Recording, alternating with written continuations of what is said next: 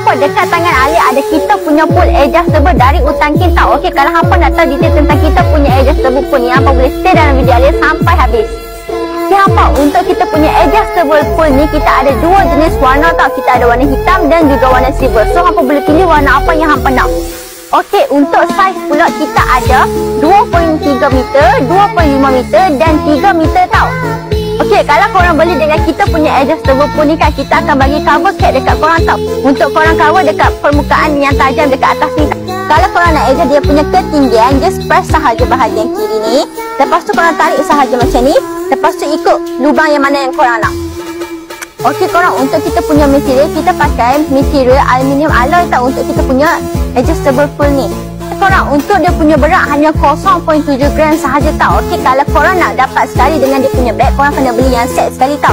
Okey, kalau korang berminat, boleh terus check dekat dekat bawah. Terus payment. Kalau nak harga murah, masuk live kita sekarang. Okey, bye-bye korang. See korang di next video.